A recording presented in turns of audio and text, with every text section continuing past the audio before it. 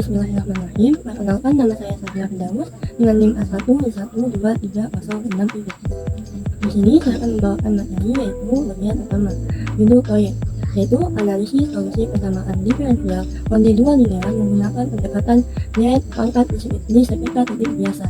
Tujuan menunjukkan proses penentuan solusi persamaan diferensial linear konti dua dengan koefisien variabel melalui metode deret pangkat serta menganalisis sifat konvergensinya di sekitar titik biasa.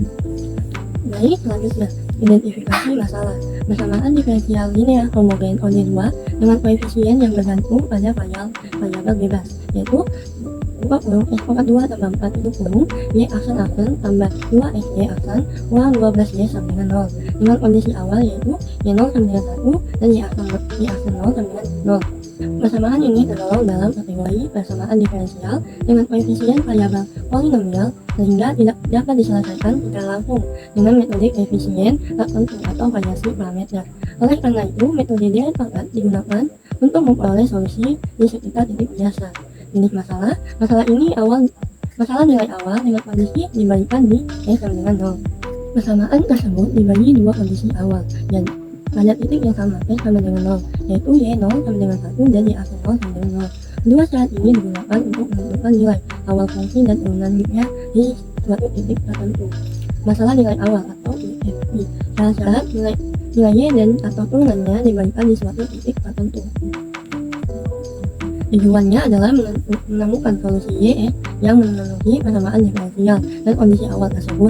Karena pada persamaan ini semua kondisi diberikan di titik yang sama, x sama dengan 0, maka termasuk masalah nilai awal. Baik, selanjutnya yaitu analisis titik singular. Titik ekspansi dipilih x0 sama dengan 0 sesuai dengan syarat awal yang diberikan. Langkah analisis.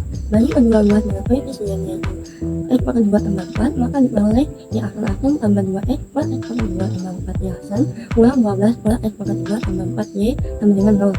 Hingga di sini didapatkan bx sama dengan 2x plus x pangkat 2 tambah 4 dan ux sama dengan negatif 12 plus x pangkat 2 tambah 4. Perhatikan penyebut dua fungsi. X pangkat 2 tambah 4 untuk x bilangan real. X pangkat 2 tambah 4 lebih besar dari 0.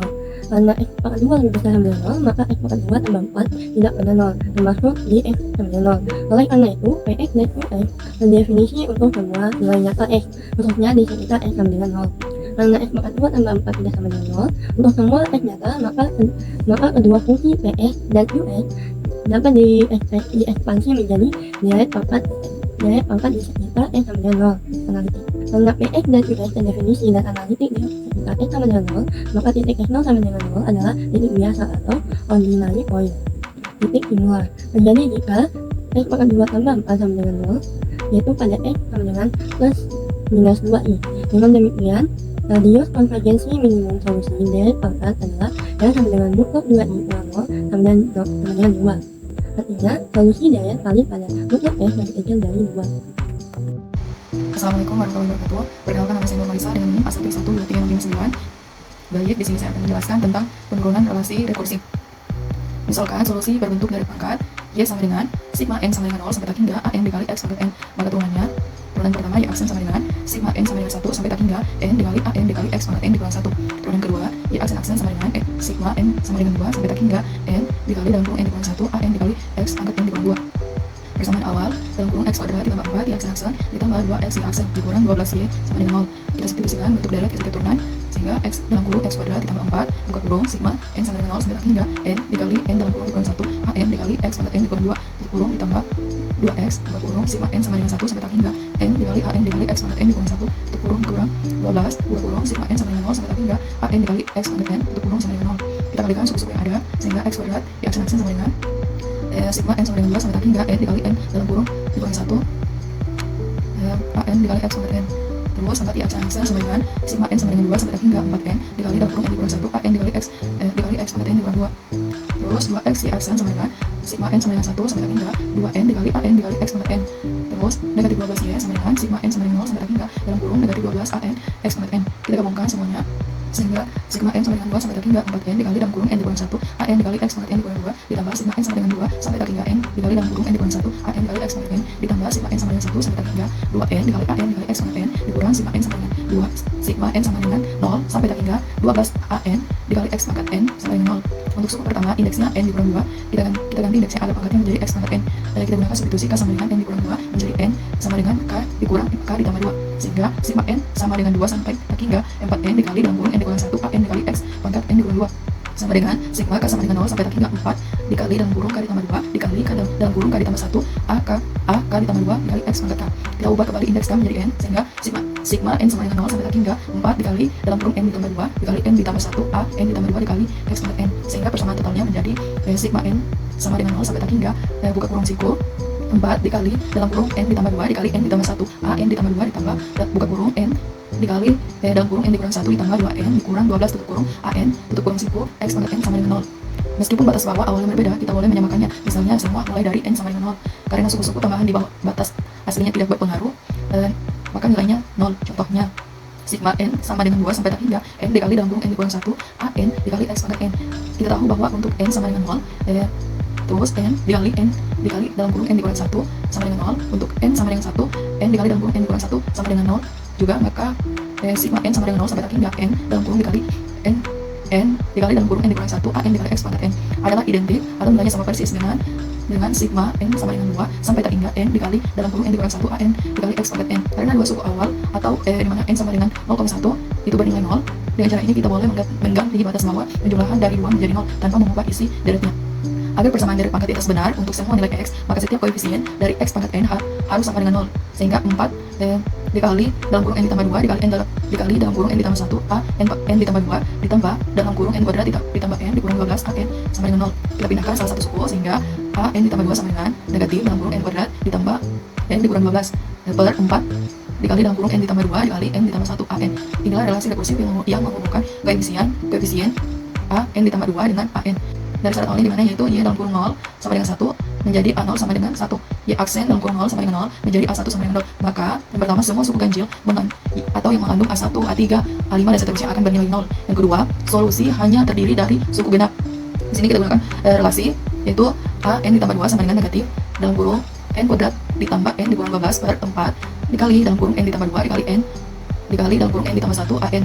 Di sini untuk n sama dengan 0, a2 sama dengan negatif dalam kurung 0 kuadrat ditambah 0 dikurang 12 per 4 dalam kurung 4 dikali 2 dikali 1 a0 sama dengan negatif 12 per 8 a0 sama dengan 3 per 2 a0 sama dengan 3 per 2. Untuk n sama dengan 2, a4 sama dengan negatif dalam kurung 4 ditambah 2 dikurang 12 per 4 dikali 4 dikali 3 a2 sama dengan negatif 6 per 48 a2 sama dengan 1 per 8 a2 sama dengan 3 per 16. Untuk n sama dengan 4, a6 sama dengan negatif dalam kurung 16 ditambah 4 dikurang 12 per 4 dikali 6 dikali 5. A4 sama dengan negatif 8 per 120. A4 sama dengan negatif 1 per 15.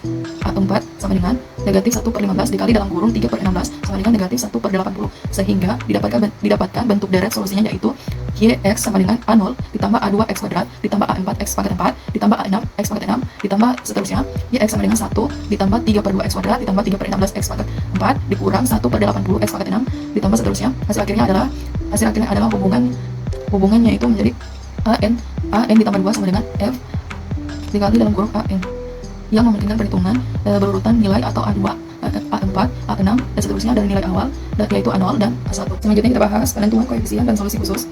Pertama, dari kondisi awal, yaitu Y0 sama dengan 1 dan Y aksen 0 sama dengan 0, di mana A0 sama dengan 1 dan A1 sama dengan 0, sehingga seluruh suku ganjil menjadi 0. Koefisien berikutnya dihitung menggunakan relasi rekursif, menghasilkan bentuk deret pangkat khusus, yaitu Yx sama dengan A0 ditambah A2 x kuadrat ditambah A4 x pangkat 4 ditambah seterusnya, yang memberikan pendekatan solusi di sekitar titik x sama dengan 0. Assalamualaikum warahmatullahi wabarakatuh. Perkenalkan, nama saya Raffi dari Nurdin dengan NIM A1I12301. Dan di sini saya akan menjelaskan bagian visualisasi dan interpretasi, kemudian bagian penutup. Pada bagian visualisasi kami menggunakan aplikasi GeoGebra untuk memvisualisasikan penyelesaian tersebut. Saya akan mengkonstruksikan secara langsung menggunakan GeoGebra. Pertama, saya akan kasih masuk fungsi pertama terlebih dahulu, fx sama dengan 1 ditambah 1 per 2 x pangkat 2 x pangkat 2. Lalu kita masukkan juga fungsi X kedua. Di sini fungsi yang kedua itu sampai X pangkat 4, karena awalnya tadi sampai X pangkat 2, di sini kita masukkan untuk X sampai pangkat 4. 1/2 X pangkat 2 lalu ditambah 3/8 X pangkat 4.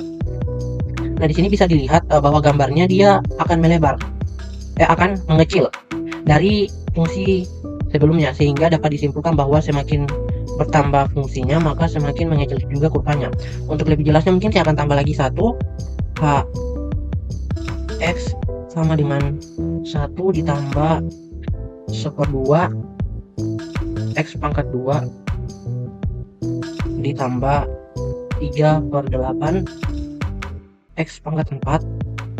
Nah, di sini saya tambah lagi 1 untuk X pangkat 6, yaitu 5/16 X pangkat 6. Nah, di sini bisa dilihat bahwa kurva X ini lebih mengecil lagi semakin bertambahnya fungsi X-nya, sehingga dapat disimpulkan bahwa semakin bertambah X-nya semakin mengecil pula kurvanya.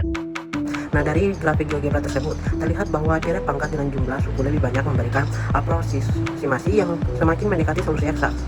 Kemudian fungsi HX ini atau fungsi seri hingga suku ke-7 tampak hampir menimpa garis solusi eksak, yaitu PX. Hal ini menunjukkan bahwa penambahan suku deret meningkatkan akurasi solusi sesuai prinsip konvergensi deret pangkat. Nah, apa sih makna matematisnya? Nah, makna matematisnya yaitu solusi deret pangkat menunjukkan bahwa persamaan dapat diselesaikan secara analitik di sekitar titik biasa. Metode ini memberikan hasil yang mendekati eksak dalam batas radius konvergensi. Nah, kemudian lanjut pada bagian penutup.